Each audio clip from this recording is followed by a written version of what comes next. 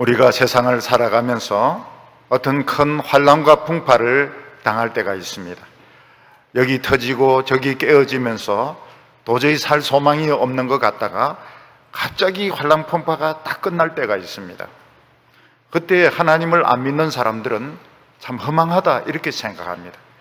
그렇게 환란이 심하고 그렇게 큰 어려움을 겪었는데 갑자기 어려움이 없어지고 정상적이 되었을 때 허망하다 이렇게 이야기합니다.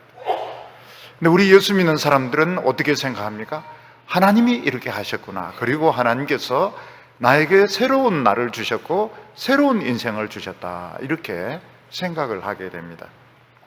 얼마 전에 우리나라의 어떤 도시에 아주 폭우가 쏟아졌는데 사람들이 뭐라고 말했는가 하면 하늘이 구멍 뚫어진 것 같다 할 정도로 그렇게 많은 비가 한꺼번에 쏟아지게 되었습니다. 그리고 괜찮겠지 하고 집 주위에 차를 세워두었던 분들은 차가 다 물에 빠져가지고 아주 못 쓰게 되었습니다. 그러다가 비가 딱 그치고 아주 쨍쨍한 햇빛이 비치게 되었습니다. 사람들은 허망하다, 그렇게 비가 쏟아지더니 이제 멀쩡하게 개었네 이렇게 생각하지만 우리 예수 믿는 사람은 하나님께서 새날을 주시는구나, 새로운 인생을 주시는구나. 그래서 지나간 모든 것들은 다 잊어버리고 새 출발을 하게 되는 것입니다. 운동선수들도 경기를 굉장히 힘든 경기를 할 때가 있습니다. 얼마나 경기가 치열했는지 선수들이 다 다치고 부상을 입고 또 비참할 정도로 경기 결과가 안 좋을 때가 있습니다. 그래서 잠시 쉬는 시간에 전부 다 돌아왔는데 감독이 그래 괜찮아, 다 예상했던 거라고 그러면서 시원한 물 마시게 하고 또 새로운 전략을 짜가지고 내보내는데 이상하게 막 투지가 생기고 자신감이 생기면서 다 쥐고 있던 그런 경기를 뒤집어 엎어서 이기는 그런 경우가 있습니다. 시편 92편은 제목이 안식일의 찬송시 이렇게 되어 있습니다. 유대인들이 안식일날 부르는 찬송이 시편 92편인 것입니다. 근데 우리가 생각하기에 안식일에 부른 노래 그러면 어떤 생각이 듭니까? 어떤 예전적인 하나님께 예배를 드리는 어떤 의식에 관계되는 그런 노래일 것 같은 생각이 듭니다. 일주일 동안에 우리가 열심히 세상 일을 하다가 또 공부를 하고 사업을 하다가 그 모든 일을 이제 중단하고 하나님께 나와서 예배를 드리는 그런 의식적인 어떤 의존적인 그런 노래로 생각하기 쉽습니다. 그런데 시편 92편을 보면 그런 의존적인 그런 내용이 아닙니다. 아주 전투적이고 아주 격렬한 그런 인생 가운데서 정말 소망이 없는 환난과 풍파 가운데서 하나님께서 휴식을 주시고 하나님께 돌아와서 새 힘을 얻는 그런 시라는 것을 알 수가 있습니다. 그래서 시편 92편은 오늘 저희들 같은 사람들에게 아주 적합한 찬송시라고 볼 수 있습니다. 오늘 우리 성도님들은 하루하루 한 주 한 주를 어떻게 살아가고 있습니까? 정말 미래를 알 수 없는 가운데서 아주 치열하게 나름대로 굉장히 힘들게 어떤 때는 환란풍파를 겪어가면서 어떤 때는 큰 질병을 앓아가면서 하루하루를 살아가고 있습니다. 마치 우리는 정글 속을 막 헤매고 있는 그런 탐험가들과 같은데 우리 길을 훨씬 넘는 그런 아주 억센풀들이 우리를 잔뜩 에워싸고 있고 그리고 갈 길은 보이지 않습니다. 그리고 바닥은 완전히 진창으로 되어 있는데 또 거기 웅덩이도 있고 길도 없는 그곳을 막 칼을 가지고 짝대기를 가지고 막 길을 열면서 그러면서 가고 있습니다. 지금 어디로 가고 있는지도 모르겠고 굉장히 지쳐 있습니다. 그리고 그런 풀숲에서 독사가 튀어나올 수도 있습니다. 사자가 덤벼들 수도 있습니다. 며칠씩 물도 마시지 못하고 몇 시간씩 쉬지 못하고 그 진창 속을 막 헤매면서 다녀야 됩니다. 그러다가 갑자기 그 숲 밖을 탁 나오게 되는데 굉장히 넓은 그런 들판이 보이게 되고 샘물이 보이게 되면 어떤 마음이 듭니까? 막 환호성을 지르면서 야, 우리가 드디어 진창에서 벗어났구나. 우리에게 새 인생이 이제 열리게 되는구나. 그러면서 환호성을 지르면서 샘물을 마시고 힘을 내고 용기를 내게 되는 것입니다. 그래서 시편 92편은 그냥 안식일에 하나님 앞에 나와서 제사 드리고 또 예배 드리고 어떤 격식에 빠져서 어떤 형식적인 이런 찬송시가 아닙니다. 우리가 치열하게 지금 내가 어디로 가고 있는지, 우리 인생이 지금 어떻게 되고 있는지, 세상이 어떻게 뒤집어질지 참 먹고 살기 너무 어려운 가운데서 질병과 싸우고 또 아주 성격이 나쁜 사람과 싸우고 여러 가지 어려움과 싸우다가 하나님 앞에 나온 겁니다. 하나님 앞에 나왔을 때 갑자기 그런 상한 마음들, 절망한 마음들이 없어지면서 뭔가 새로운 용기가 생기고 새로운 미래가 생길 때 우리는 사실 거기서 나온 겁니다. 그리고 지나간 모든 좋지 못한 건 다 잊어버려도 됩니다. 우리는 헤매면서 고통받으면서 벌레에게 물리고 풀에 스치면서 우리는 다 통과한 것입니다. 이제는 지나간 일은 다 내려놓고 그냥 미래만 보면서 나가면 된다. 그런 시가 어떤 시인가 하면 시편 92편 안식일의 찬송시인 것입니다. 오늘 여기 첫 번째로 보면 하나님의 인자하심을 노래한다고 말하고 있습니다. 1절부터 3절까지는 붙어 있습니다. 붙어 있어서 나눌 수가 없어서 이렇게 붙어 있습니다. 지존자여 시편금과 비파와 수금으로 여호와께 감사하며 주의 이름을 찬양하고 아침마다 주의 인자하심을 알리며 밤마다 주의 성실하심을 베품이 좋으나이다. 1절부터 3절까지를 이렇게 붙여놓은 것은 원문 히브리 성경하고 우리 번역하고 순서가 틀립니다. 순서가 틀려가지고 이걸 나눌 수가 없습니다. 여기서 하나님을 뭐라고 부르고 있는가 하면 지존자여 이렇게 부르고 있는데, 지존자는 너무 높은 곳에 계셔서 아무도 함부로 가까이 할 수 없는 그런 존재를 지존자라고 부르고 있습니다.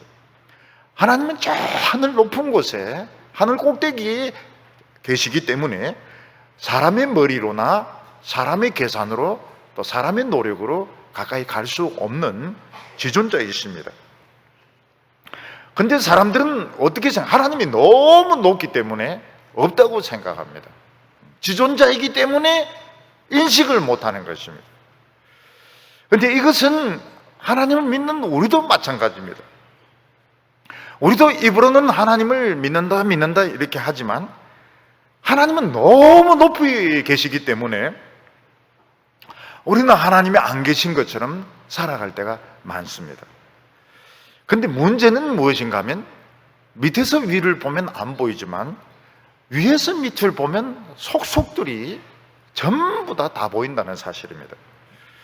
우리가 이 아파트에서 이렇게 보면 아파트 위에서 이렇게 내려다보면 밑에 있는 사람 움직이는 거, 행동하는 거 세세하게 다 볼 수 있습니다.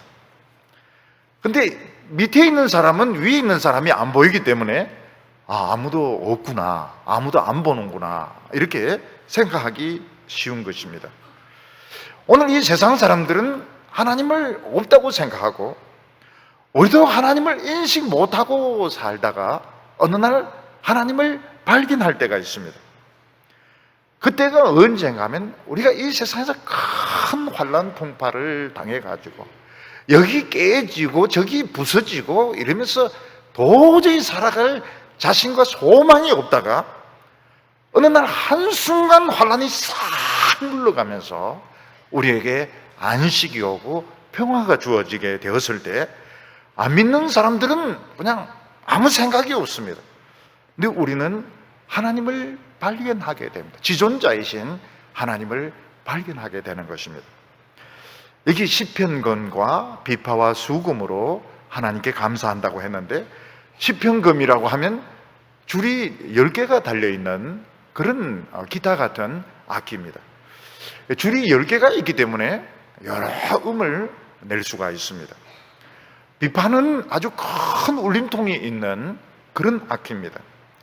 그리고 수금은 6개 줄이 있는 아주 많이 쓰는 그런 악기입니다.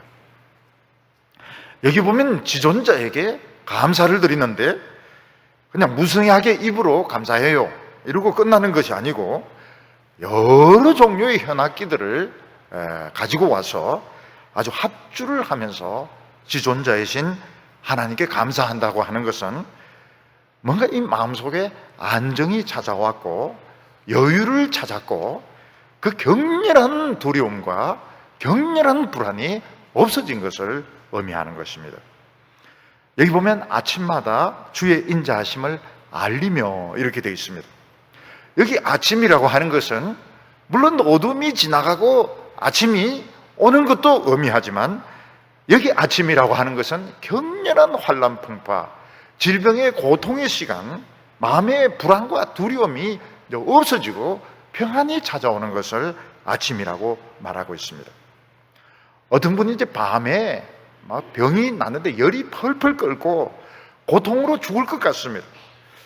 마음속에 무슨 생각이 드는가 하면 내가 이렇게 해서 죽을 수도 있겠구나. 그렇게 하면서 굉장히 고통을 받고 불안해합니다. 우리 하나님의 백성들이 사실은 죽는 것 자체는 두렵지 않을 수가 있습니다. 근데 우리가 죽을 때는 죽는다 하더라도 정말 멋있게 하나님의 사명을 감당하고 죽으면 참 괜찮은데 하나님의 일을 막 한창 하려고 하다가 또 제대로 다 끝내지도 못하고 갑자기 병이 생긴다든지 사고가 생겨서 죽게 되면 참 마음이 안타깝습니다.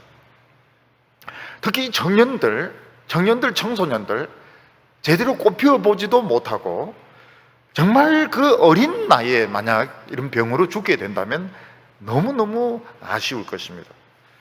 이렇게 환난이 오고 병으로 고통받고 이렇게 부딪히고 저렇게 부딪혀서 살 소망이 없는 그런 시간이 밤인 것입니다. 그러다가 아침이 찾아오게 됩니다. 열이 톡 떨어지게 되고 통증이 없어지게 되고 가슴이 답답하다가 숨을 쉬게 되었을 때 나는 살 수도 있겠구나.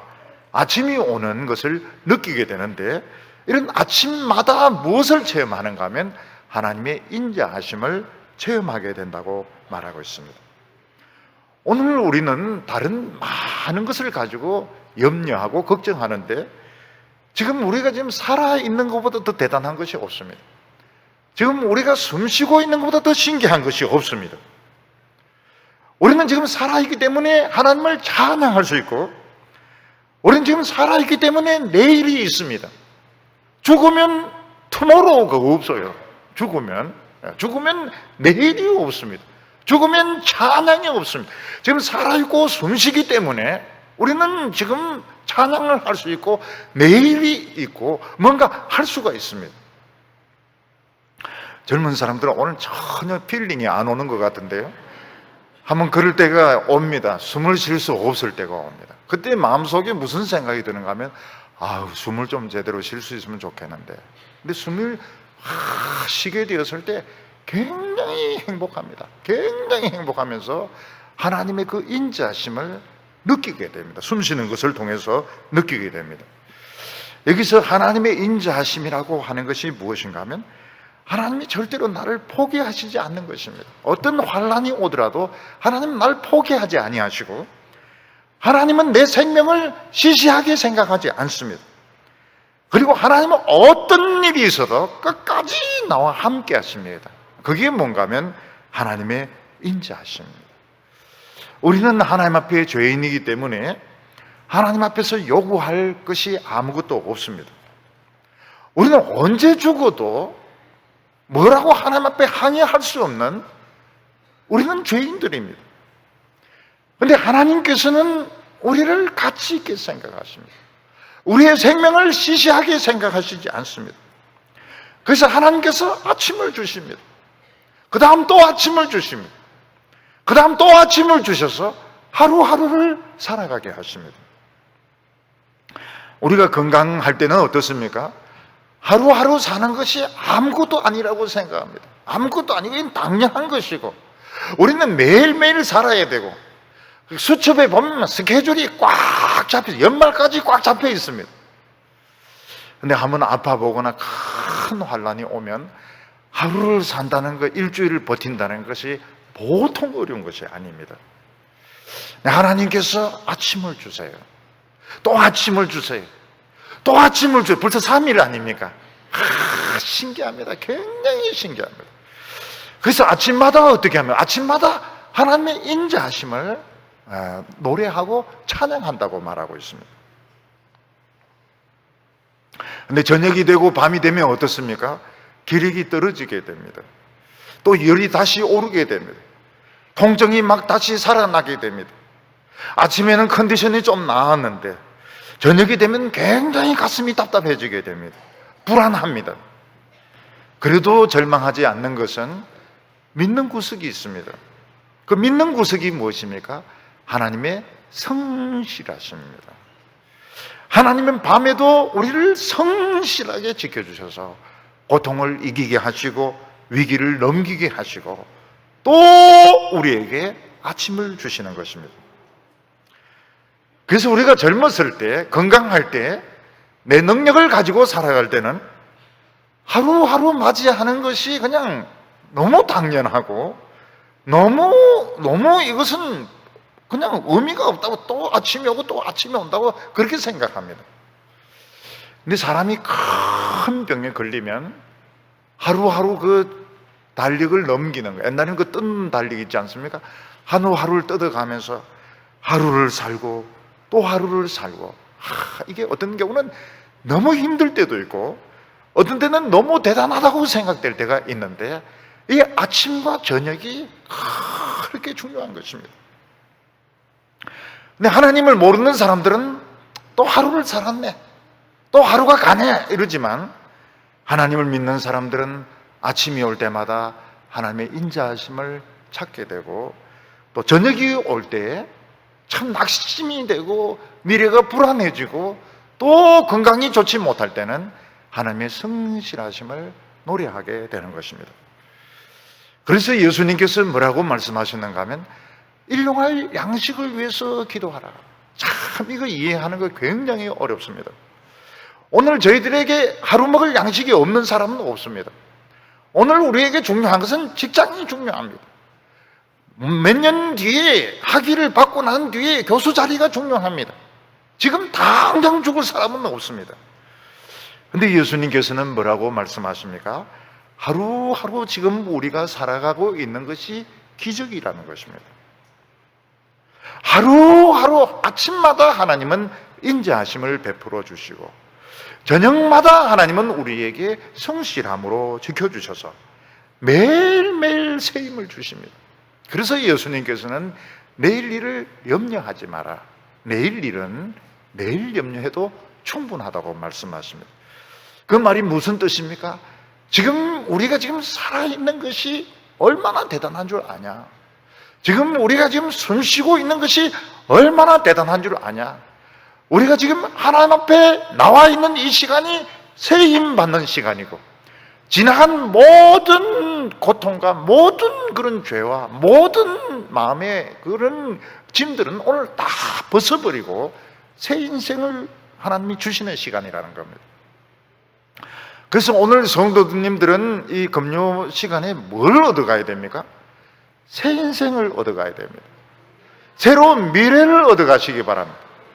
그리고 고통스러웠던 지난 과거들은 다 묻어버리시기를 바랍니다. 그게 안식일에 부르는 찬송시고, 그게 시편 92편의 내용이고, 아침마다 하나님의 인자하심을, 저녁마다 하나님의 성실하심을 베푸는 것이 좋다고 노래하고 있는 것입니다. 4절에 보면 여호와여 주께서 행하신 일로 나를 기쁘게 하셨으니 주의 손이 행하신 일로 말미암아 내가 높이 외치리이다. 우리도 인간이기 때문에 저희들도 남들처럼 평범하게 살려고 합니다. 남들처럼 좋은 학교 나오고 남들처럼 좋은 직장 가지고 건강하게 오래오래 잘 살려고 평범한 생활을 우리가 원합니다. 근데 하나님은 우리를 어느 순간부터 해체하기 시작하십니다. 하나님은 우리의 몸을 산산조각 내시고 우리의 인생을 부수기 시작합니다. 그래서 우리가 이해가 안 됩니다. 우리는 예수 믿고 하나님을 열심히 믿으면 우리 인생이 참 아름다워질 줄 알고 참 풍요로워질 줄 알았는데, 하나님은 우리 인생을 부수고 계시고 해체시키고 계시고 막 망가뜨리고 계신 것입니다. 그래서 우리는 굉장히 불안해합니다. 우리는 그냥 이 모습 이대로 성공하기를 원합니다. 우리는 이 모습 이대로 잘 살기를 원합니다. 근데 하나님은 우리 인생을 분해를 시킵니다. 막 부수기 시작하고 해체하기 시작합니다. 그 이유가 뭔가 하면 아주 중요한 엔진이 고장이 났기 때문에 하나님 그 엔진을 고쳐주시려고 하는 겁니다. 근데 우리는 엔진 고치는 것을 원치 않습니다. 엔진은 뭐 들그럭거리더라도 우리는 세차하는 걸 원합니다. 세차하는 것을 원하고 차를 더 멋있는 차를 원하지 엔진을 수리하는 것을 원치 않습니다. 왜냐하면 무섭기 때문에. 우리는 우리 인생을 회복시킬 자신이 없습니다. 하나님께서는 예수 잘 믿는 사람의 인생을 막 분해를 시키고 부수기 시작하고 해체를 하기 시작합니다. 세상 사람들은 쟤들은 망했다고 생각합니다. 쟤들은 하나님을 믿는데 망했어. 쟤들은 완전히 못쓰게 돼버렸어. 아주 인생을 망쳐버렸다고. 그래서 업신여기고 더 못살게 굽니다. 근데 하나님께서는 우리를 해체시키고 난 뒤에 우리를 다시 새로운 부속을 갈아 넣으셔가지고 우리 인생을 다시 결합시키기 시작하십니다. 그리고 나서는 새 힘을 주시고 새 능력을 주시고 새로운 동력을 주십니다. 근데 그동안에 우리 인생은 남들에게서 굉장히 뒤떨어지게 되었습니다. 우리는 공장에 가서 분해하고 부속 갈아 끼우고 고치는 동안에 다른 사람들은 덜그럭거리는 엔진을 가지고 저 멀리 가버렸습니다. 그래서 우리는 세상을 따라잡을 자신이 없습니다. 근데 뭐가 달라집니까? 엔진 소리가 달라지게 됩니다. 그리고 위력이 달라지게 됩니다. 파워가 달라지게 됩니다. 왜냐하면 엔진을 고쳤기 때문에. 그래서 여기서 뭐라고 하면 하나님이 나에게 행하신 일이 참 기쁩니다. 그래서 나는 하나님이 나에게 행하신 일을 보고서 막 외치게 되었습니다. 처음에는 다른 소리로 외쳤습니다. 다른 친구들이 저 멀리 가고 다른 친구들은 저 빨리 달리는데 덜그덜거리면서 잘도 달리는데 왜 하나님은 나를 묶어 놓으시는지, 왜 하나님은 내 인생을 망가뜨리시는지, 왜 하나님은 내 인생을 부수어 놓는지 이해가 되지 않았습니다. 네, 하나님은 내 속에 가장 고치기 어려운 부분들, 어느 누구도 손댈 수 없는 그 엔진의 핵심적인 부분을 하나님이 고쳐주신 것입니다. 소리가 달라요. 엔진 소리가 다릅니다. 그리고 위력이 틀립니다. 물론 다른 사람에 비해서 엄청 뒤졌습니다. 그렇지만 벌써 뭔가 달라요. 그래서 하나님이 행하신 일에 대해서 기뻐하기 시작합니다. 하나님이 이걸 고치시려고 하셨구나, 막 소리를 외치게 되는 것입니다. 오늘 우리는 이 세상 사람들하고 비교할 때 참 불리한 것이 많습니다. 하나님은 왜 나를 축복하시지 않는가? 왜 내 인생은 다른 사람 인생처럼 잘 풀리지 않은가? 하나님은 그 깊은, 영혼 깊은 곳에 있는, 우리 마음 깊은 곳에 있는 그 엔진의 핵심적인 부분을 고쳐주신 것입니다. 그래서 하나님 앞에 나왔을 때 우리 마음이 기쁠 때, 우리 마음이 밝아질 때 우리는 무슨 생각을 해야 됩니까? 아, 지금까지 방황과 혼란인데 끝났구나. 이제부터 달리면 되는 겁니다. 달리면. 어디로 달립니까?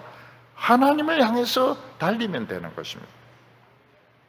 그래서 5절에 이렇게 이야기하고 있습니다. 여호와여, 주께서 행하신 일이 어찌 그리 크신지요. 주의 생각이 심히 기쁘시나이다. 여기 하나님이 행하신 일이 어찌 그리 크신지요. 하나님은 스케일이 굉장히 크신 분이십니다. 사람들은 어떻습니까? 스케일이 작습니다. 그리고 굉장히 째째하고 치사합니다. 사람들은 큰 것은 보지 못하고 아주 작은 것에 집착하고 잔머리를 굉장히 많이 굴립니다. 스케일이 굉장히 작아요. 근데 하나님은 어떻습니까? 우리 한 사람 한 사람에 대해서 스케일이 굉장히 크고 무진장한 재력과 무진장한 축복을 부으시려고 준비를 하고 있는 아주 스케일이 큰 하나님이신 것입니다. 모세를 예를 들어서 생각해 보면, 모세는 죽을 수밖에 없었다가 참 운이 좋아가지고 바로의 공주의 아들로 입양이 되게 됩니다. 그래서 바로의 왕궁에서 큽니다. 성공한 거 아닙니까? 아닙니다. 이거는 굉장히 째째한 것이고 하나님의 계획은 아직 시작도 안 된 것입니다. 하나님은 스케일이 얼마나 크십니까? 모세로 하여금 그 이스라엘 노예들을 돕기 위해서 살인을 저지른 것을 그냥 내버려 두십니다. 그리고 모세는 40년을 신분을 감추고 미디안 광야에서 숨어서 살면서 체포될까 싶어가지고 숨어서 무려 40년 동안을 숨어서 살게 됩니다. 그리고 하나님께서는 모세를 부르십니다. 모세를 잡으셔가지고 하나님이 모세에게 능력을 주시기 시작하는데 전 세계 최고 강대국의 왕이라고 하는 바로가 이기지 못합니다. 모세의 지팡이에서 기적과 능력이 나타나기 시작하는데 하나님이 한없이 능력을 부어주셨습니다. 200만 명이 되는 이스라엘 백성들이 40년을 먹고 삽니다. 광야에서 생수가 나게 하셨습니다. 무진장한 능력을 부어주셨던 것입니다. 사도 바울도 예수님을 만나기 전에 자신에 대한 하나님 뜻을 몰랐습니다. 그래서 공부 좀 잘하고 좀 머리가 좀 좋고 좀 성적이 좋다 그래서 굉장히 잘난 체하고 사람들에게 인정받으려고 몸부림을 쳤습니다. 바울이란 이 사람 예수님 만나기 전에는 수재였습니다. 천재에 있을지도 모릅니다. 모범생이고 장학생이고 인류대 학생이고 엄청 잘난 체하는 사람이었습니다. 그는 스케일이 좁았습니다. 그는 째째한 사람이었습니다. 아주 잔머리를 굴리는 사람이었습니다. 하나님은 스케일이 얼마나 크신 분이십니까? 결국 이 바울 청년이 사울이 예수 믿는 사람 더 잡아가지고 점수 올리려고 가다가 자기 그물에 딱 걸리게 됩니다. 예수님을 만나고 쓰러지는데 눈이 멀어버리게 됩니다. 눈이 멀었는데 뭘 합니까? 결국 그는 아나니아라는 그 사람에 의해서 안수를 받고 눈이 떠지게 됩니다. 그리고 예수님께서는 이 바울 이 청년을 무려 14년 동안 그냥 고향에 처박아 놓습니다. 아라비아 사막에 처박아 놓습니다. 그는 거기서 자기가 잔머리 굴리고 자기가 율법을 연구하고 자기가 나름대로 학문적인 업적을 쌓았던 것이 전부 쓰레기였다는 것을 알게 됩니다. 그리고 어떻게 됩니까? 그가 하나님의 말씀을 진짜 깨닫게 되는데 그는 능력의 사도로, 그는 위대한 사도로, 위대한 복음 전도자로 그가 쓴 편지들은 지금도 기독교의 핵심 교리입니다. 핵심적인 진리를 그는 편지로 써서 남겼던 것입니다. 하나님은 우리 인생에 대해서 째째한 분이 아니십니다. 우리는 성적 가지고 따지고 점수 가지고 따지고 돈 가지고 따지지만 하나님은 우리 인생을 하고 싶은 대로 내버려 두십니다. 그래, 한번 해볼 만큼 해봐라. 놀 만큼 놀아봐라. 돈 벌 만큼 한번 돌아봐라. 이 세상에서 네 가지고 싶은 거 다 가져봐라. 그래 놓고 하나님은 인생 밑바닥으로 떨어뜨리고 난 아무것도 아닙니다. 나는 아무 가치가 없는 인생입니다. 아, 그래? 가치가 없으면 내가 가치 있게 만들어주지.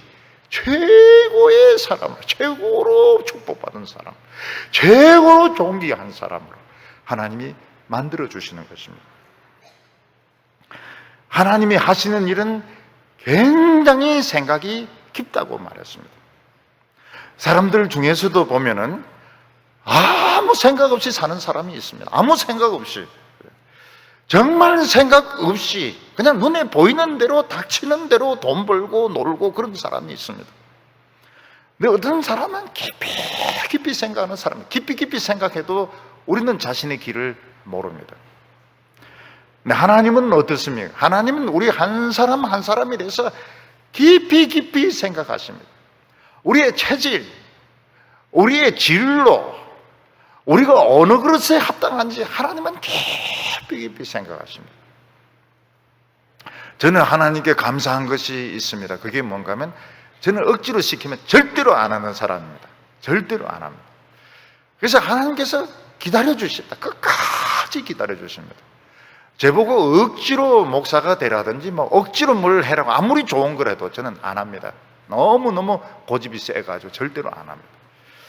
하나님은 저의 그런 성질을 잘 아셨어요. 그래서 굉장히 오래 기다리셨습니다. 오래 기다리고 스스로 깨닫고 스스로 설득이 될 때까지 예수님은 기다려 주셨어요. 그리고 너무너무 좋은 것을 많이 주셨습니다. 하나님은 우리에 대해서 생각이 째째하지 않습니다. 깊이 생각하십니다. 우리 한 사람 한 사람마다 특징이 틀립니다. 어떤 사람은 뭐 이거 해!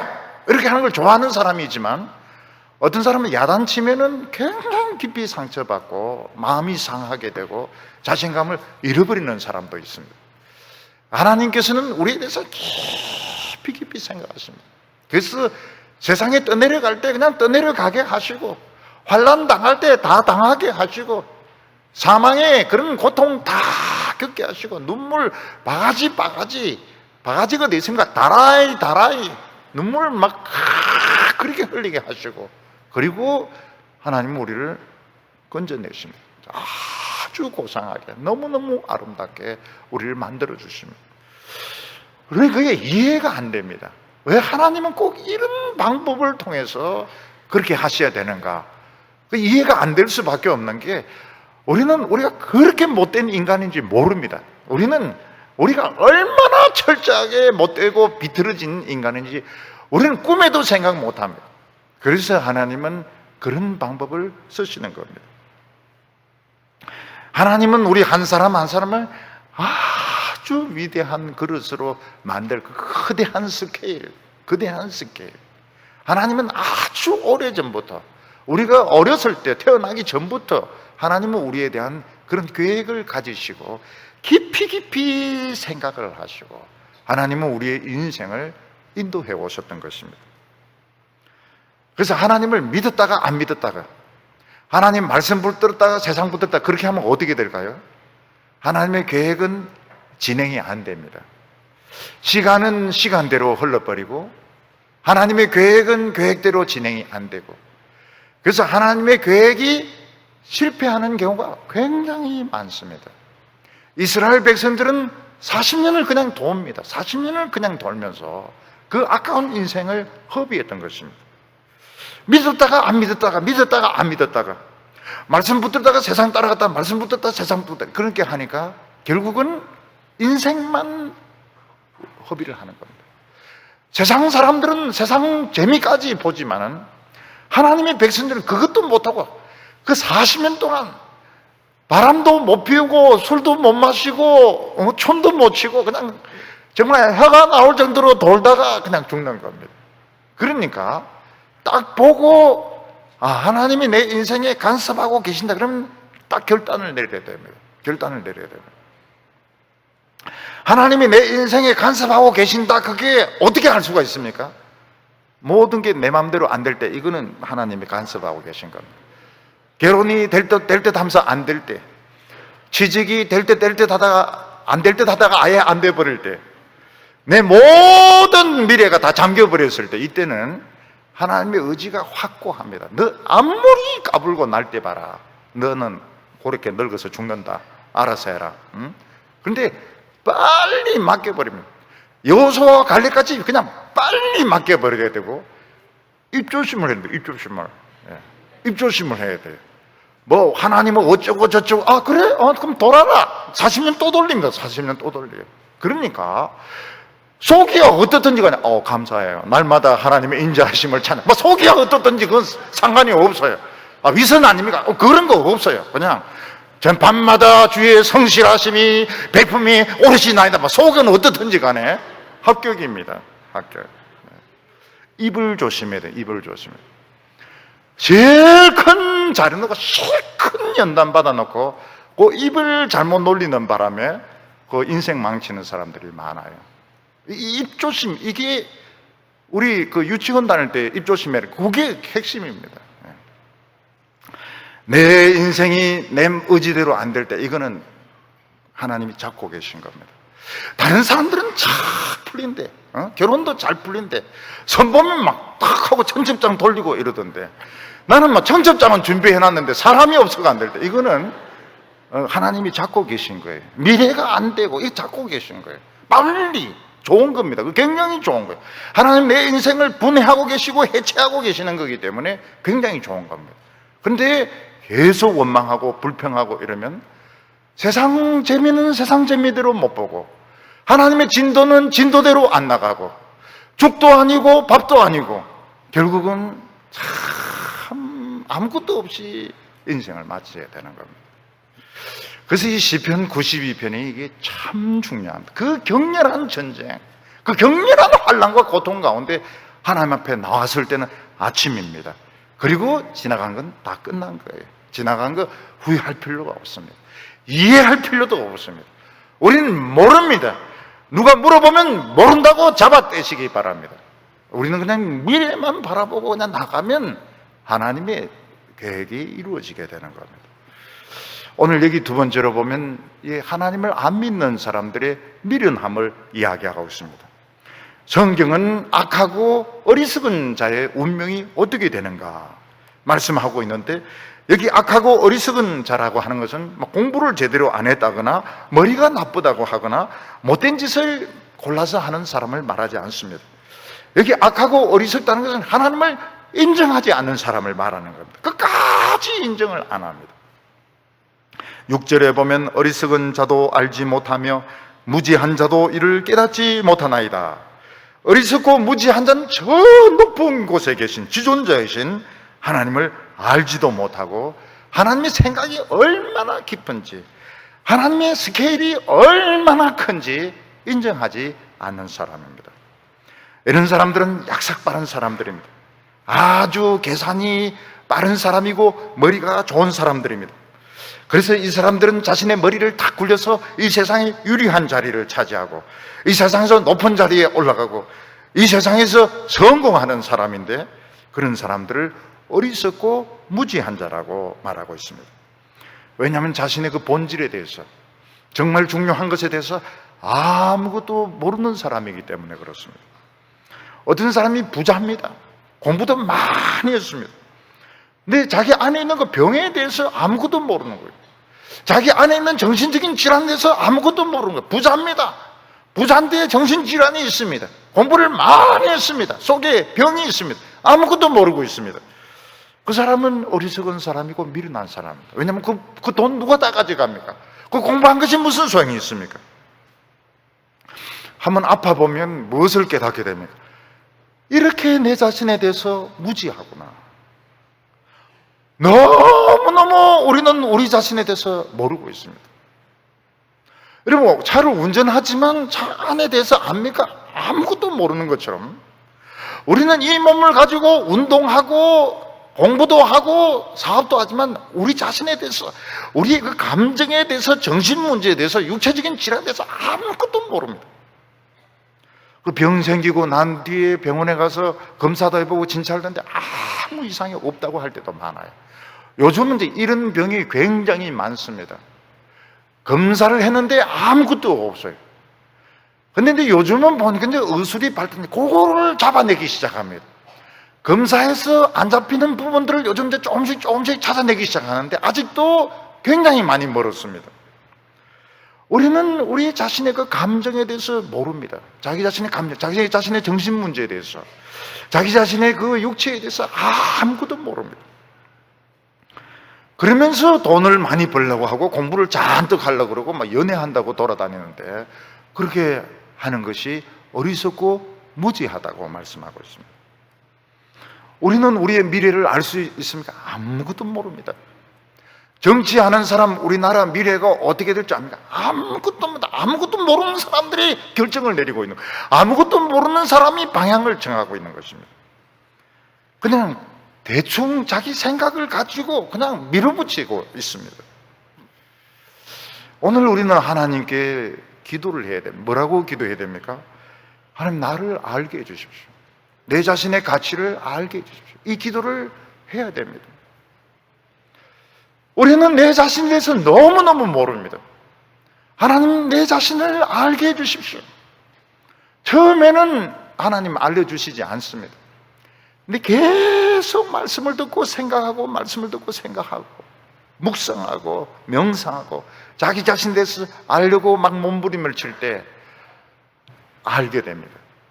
내가 너무너무 몰랐구나. 내가 너무너무 모르면서 하나님 일을 한다고 날뛰었구나. 내 자신을 너무너무 모르면서 세상 일을 성공하려고 날뛰었구나. 전혀 다릅니다. 전혀 자기 자신을 몰랐던 것입니다. 하나님은 우리를 어떻게 만들어줬어요? 정말 아름답게 만들어줬습니다. 정말 아름다운 사람으로, 얼마나 우리가 고상하고 존귀한 사람들. 시간이 많이 걸립니다. 많이 걸려서 자기 자신을 찾게 됩니다. 그러면은 놀랍죠. 하나님이 나를 이렇게 만드셨구나. 우리는 우리 자신의 미래에 대해서 모릅니다. 그렇지만 하나님은 아름다운 미래의 그림을 보게 하십니다. 세상을 보면 망할 것 같습니다. 세상을 보면 너무 어지럽고 혼란스럽습니다. 그렇지만 하나님은 우리의 미래를 굉장히 아름다운 그림을 그려주시고, 정확하게 언제 무슨 일이 일어난다는 건 모르지만 믿음을 가지고 살아갈 수 있는 용기를 주십니다. 놀라운 일입니다. 우리가 내 자신의 가치를 찾는 건 놀라운 일입니다. 우리가 자신의 미래에 대해서 소망을 가진 것은 놀라운 일입니다. 악한 자는 그런 생각이 없어요. 그냥 세상적인 타이틀, 그게 자기 자신인 줄 압니다. 사장이 자기인 줄 알고, 교수가 자기인 줄 알고, 장관이 자기인 줄 압니다. 장관 안 되면 어떻게 자기를 잃어버리는 거예요. 자기가 없어져 버리는 겁니다. 7절에 보면 악인들은 풀같이 자라고 악을 행하는 자는 다 흥황할지라도 영원히 멸망하리라. 악인은 하나님을 인정하지 않는 사람입니다. 그들은 덜풀같이 자랍니다. 특히 비가 오고 날이 더워지면 덜풀이 얼마나 빨리 자라는지 사람의 키보다 훨씬 더 크게 자랍니다. 그리고 그 잎사귀들은 날카로워서 지나가는 사람들의 팔이나 다리를 다 베어 놓습니다. 사람들은 이런 풀이 있는 곳에 들어가서 길을 잃어버립니다. 바닥은 진창입니다.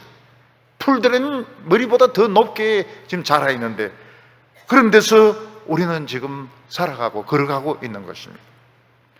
요즘 사람들은 이 억새를 참 아름답고 낭만적이라고 그러지 않습니까?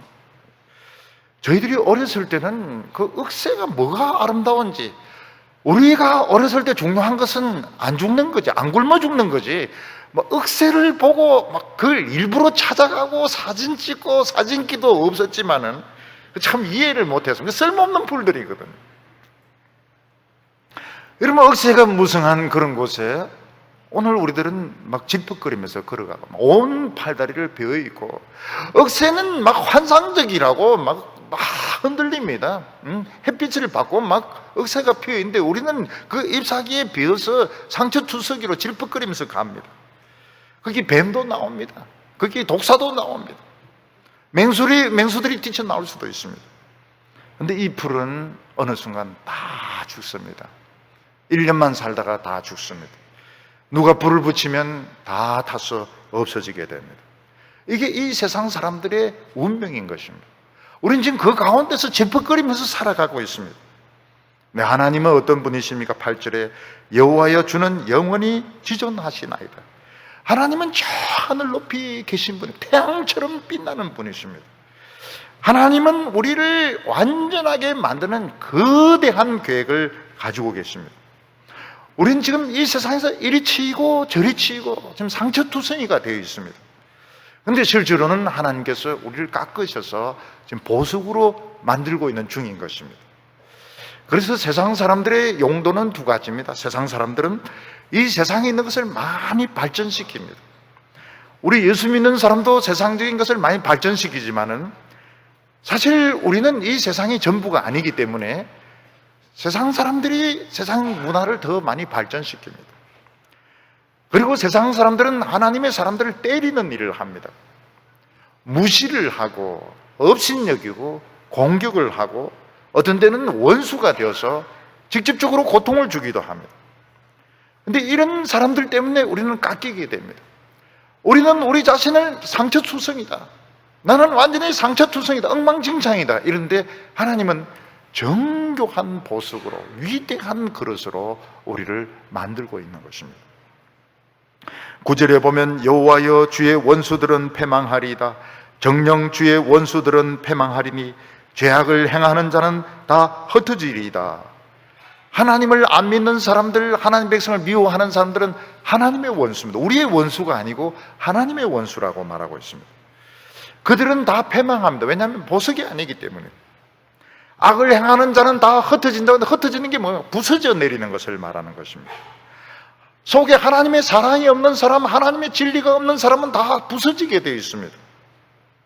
도자기를 만들 때는 흙으로 도자기를 빚어가지고 약을 발라서 2000도에 구워야 됩니다. 불에 굽지 않은 도자기가 질그릇이고, 질그릇은 다 깨어지게 되어 있습니다. 언제 질그릇이 깨어지게 되면 진짜 도자기가 나타났을 때 다 깹니다. 왜냐하면 필요가 없거든요. 주의 원수들이 언제 패망하게 됩니까? 하나님의 자녀들이 만들어졌을 때, 하나님의 자녀들이 자신의 그 정체성을 찾게 되었을 때, 우리가 우리의 자신감을 찾게 되었을 때 세상의 원수들은 패망하게 됩니다. 마귀는 놀라서 물러가게 됩니다. 그래서 우리 성도들이 적어도 열은 몇 도를 통과해야 됩니다. 2000도를 통과해야 됩니다. 2000도를 통과해야 됩니다. 정말 터질 것 같은, 정말 그릇이 다 깨어지고 터질 것 같은 이런 불을 통과해야 됩니다. 그리고 자신감을 찾았을 때 나는 나다, 너는 너고 나는, 이게 자신감 아닙니까? 자신감은 간단합니다. 나는 나다, 이거 찾는 것입니다. 그때 세상은, 원수들은 패망합니다. 우리는 도자기가 되지 못했네, 우리는 싸구려 그릇이네, 저절로 깨어지고 박살나게 되는 겁니다. 그래서 하나님의 백성들이 이 자신감을 가진다는 게 굉장히 중요합니다. 왜 하나님의 종들, 하나님의 백성들이 유혹에 넘어가고 죄에 빠지느냐? 자신을 찾지 못했기 때문에 그런 것입니다. 그래서 오늘 우리 성도님들이 마귀를 물리치는 비결이 무엇입니까? 나는 내다는 걸 찾는 것입니다. 나는 내다. 나는 내다. 부인들도 자신감을 찾으시기 바랍니다. 나는 부인이다. 처녀들은 나는 처녀다. 애들은 내가 애다, 어쩔래? 응? 내가 어쩔래?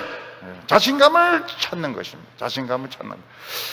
아무것도 없는데 자신감 찾으면 됩니다. 그건 다 하나님께서 다 주신 믿음이기 때문에 자신감을 찾아야 돼요. 어느 누구도 건드릴 수 없는, 어느 누구도 손상시킬 수 없는 자신감을 찾을 때, 이거는 그릇이 만들어진 겁니다. 그릇이 만들어지고 가짜들은 다 패망하게 되는 겁니다. 오늘 저녁에 뭘 찾아야 된다고요? 자신감. 자신감을 찾아야 돼요. 비굴할 필요가 없어요. 비굴하면 잘 될 줄 알죠? 안 됩니다. 비굴한다고 되지 않습니다. 큰 소리 치면서 됩니다. 큰 소리 치면서. 하나님의 백성은 비굴할 필요가 없습니다. 안 주시면 안 가지면 되는 겁니다. 안 되면 안 하면 되는 겁니다.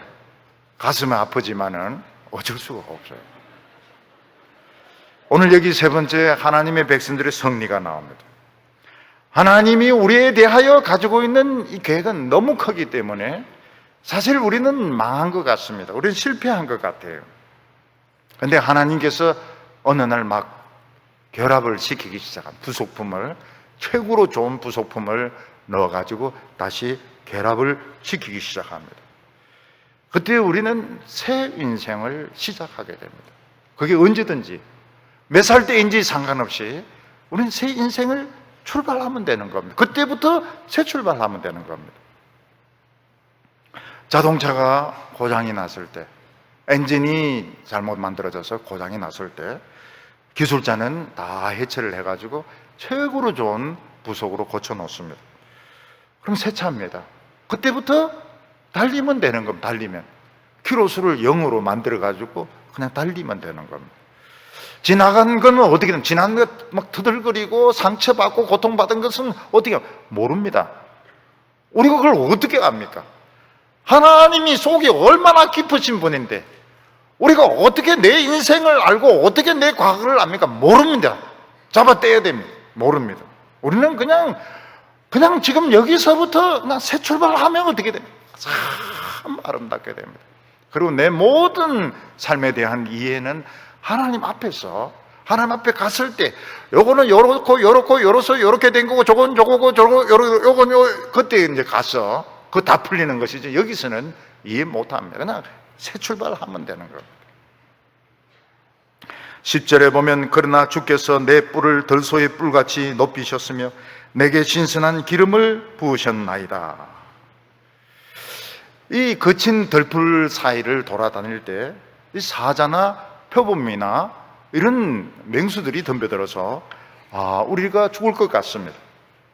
근데 하나님께서는 우리를 어느 순간 들소로 만들어 주신다고 했습니다. 이 순놈 들소는 뿔이 굉장히 크고 날카롭습니다. 들소는 초식동물이고 순하죠. 순하고 미련한 것 같지만 이 뿔에 한번 받치면 사자도 배가 찢어집니다. 그리고 일이라든지 이래도 배가 찢어집니다. 그래서 맹수들도 이 들소의 뿔은 굉장히 조심해야 됩니다. 이 해밍웨이 소설을 이렇게 쭉 읽어보면 낚시에 대한 이야기도 많이 나오고요, 노인과 바다 같은 낚시 이야기도 나오고, 그리고 이 사냥 이야기도 많이 나옵니다. 킬라만제로 같은 그런 사냥 이야기도 나오고 전쟁 이야기도 나오고요. 근데 그 들소 그 사냥하는 단편이 있습니다. 거기서 제가 뭘 발견했는가 하면 이 들소 이 뿔 사이가 굉장히 단단합니다. 어느 정도 단단한가 하면 총을 쏘아도 총알이 안 들어가요. 그거를 해밍웨이를 통해서 알게 되었습니다. 들소의 뿔 사이가 얼마나 총을 정식으로 쏘아도 안 들어가요. 해밍웨이 그거 가르쳐 주었습니다. 그래서 이 들소의 뿔이 얼마나 위험하고 그 이마가 얼마나 단단한지 알게 되었습니다. 하나님께서 우리를 그렇게 만들어 주십니다.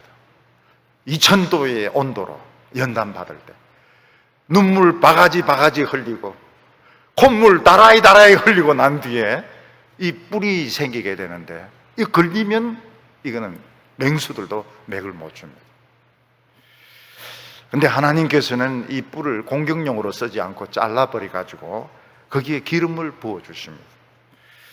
그래서 이 기름을 병든 자에게 바르면 병이 낫습니다. 침체된 사람에게 이 기름을 발라주면 용기를 얻게 됩니다. 하나님의 사명을 가진 사람에게 기름을 부으면 어떻게 됩니까? 사명감이 불타오르게 되는 겁니다. 그래서 하나님께서는 우리의 뿔을 잔뜩 키워놓고서는 이거 잘라버립니다. 잘라가지고 기름을 부어가지고 사람을 격려하고 살리는 이런 용도로 쓰겠다고 말씀하고 있습니다. 11절에 내 원수들이 보응받는 것을 내 눈으로 보며 일어나 나를 치는 행악자들이 보응받는 것을 내 귀로 들었도다. 여러분, 이 들소라고 하지만 새끼일 때는 공격을 당합니다. 그렇지만 뿔이 생겼을 때는 쉽게 못 덤벼듭니다. 쉽게 못, 뒤에서 이제 덤벼들어야 되는데 쉽게 못 덤벼듭니다. 근데 이 뿔을 잘라가지고 거기에 기름을 부으면 어떻게 됩니까? 이거는 놀라운 일입니다. 우리가 우리 이 뿔을 가지고 공격용으로 쓰지 않고 우리의 그 지혜, 우리의 믿음, 우리의 그 용기를 가지고 내 명예를 나타내려고 하지 않고 돈을 벌려고 하지 않고 이걸 가지고 영혼을 살리는 일을 했을 때 원수들은 다 심판을 받게 됩니다. 원수들은 다 보응을 받게 됩니다. 도자기로 비유하면 도자기가 잘 구워지면 어떻게 됩니까? 거기에 비싼 기름과 그 포도주를 담게 되는 것은 당연한 것입니다. 그리고 그 가격이 어마어마하게 됩니다. 잘 구워진 도자기는 그 가격이 엄청 비쌉니다. 그 흙으로 된 질그릇하고 비교가 되냐? 비교가 되지 않다. 그 세상의 지식을 담고 세상의 성공을 담고 돈을 담은 그 질그릇하고 2000도 이상 되는 불을 통과한 이 도자기하고는 비교가 안 되는 겁니다. 세상 사람들은 풀입니다.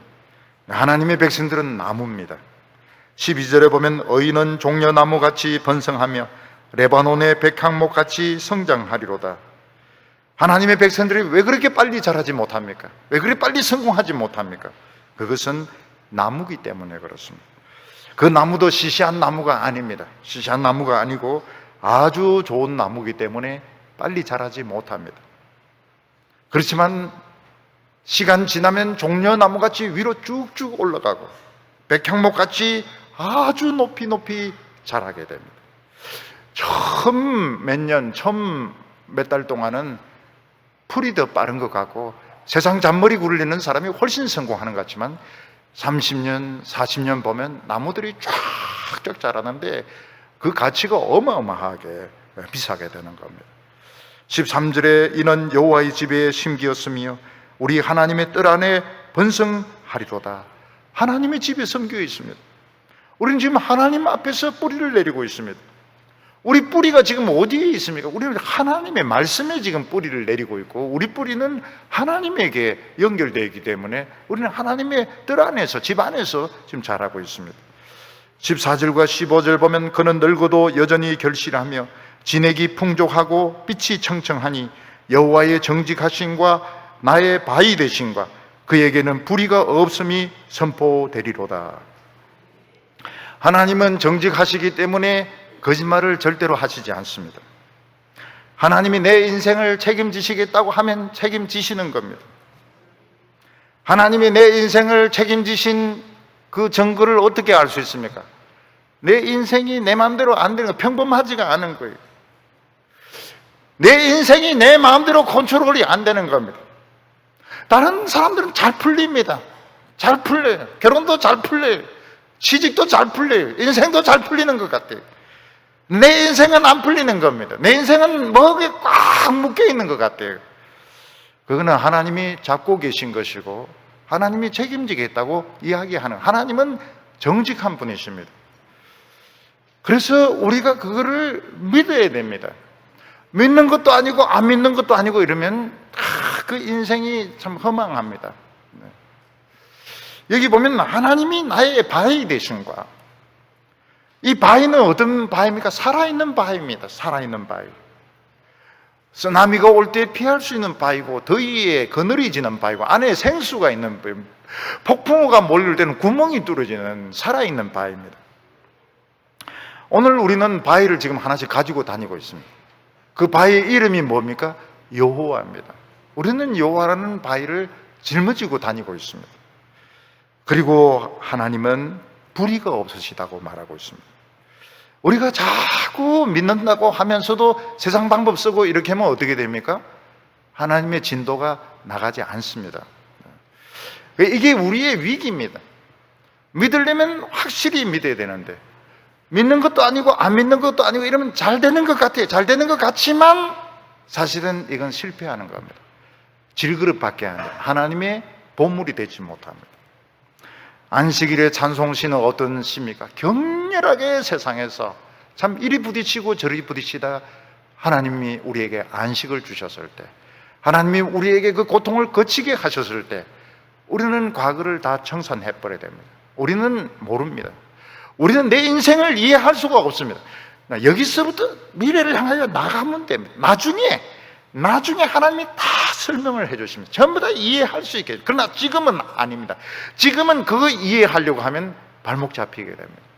오늘 우리는 지금까지 살아왔던 거 그냥 다 없어요. 그냥 기쁨으로 하나님의 인자하심과 하나님의 성실하심을 붙들고 나아가기만 하면 인생이 굉장히 아름답습니다. 지금 나이가 어떻든지 상관이 없어요. 나이가 드신 할머니, 할아버지도 상관이 없어요. 어린 아이들도 상관이 없습니다.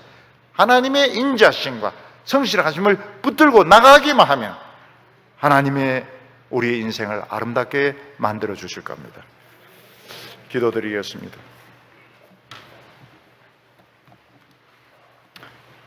거룩하신 하나님 아버지, 우리 한 사람 한 사람에 대하여 생각이 깊으시고 하나님이 큰 스케일을 가지고 우리를 인도하신다고 말씀하셨습니다. 오늘 저희들은 너무나도 믿음이 부족해서 엎어지고 자빠지면서 참 진흙탕에서 헤맬 때가 너무나도 많았습니다. 오늘 기도드리는 이 시간 우리에게 새 아침이 오게 하여 주시고 새로운 미래가 열리게 하여 주시옵소서. 우리는 우리 인생을 다 이해할 수 없습니다. 다 내려놓게 하여 주시고 오늘 여기서 내 자신의 소중함을 찾게 하여 주시옵소서.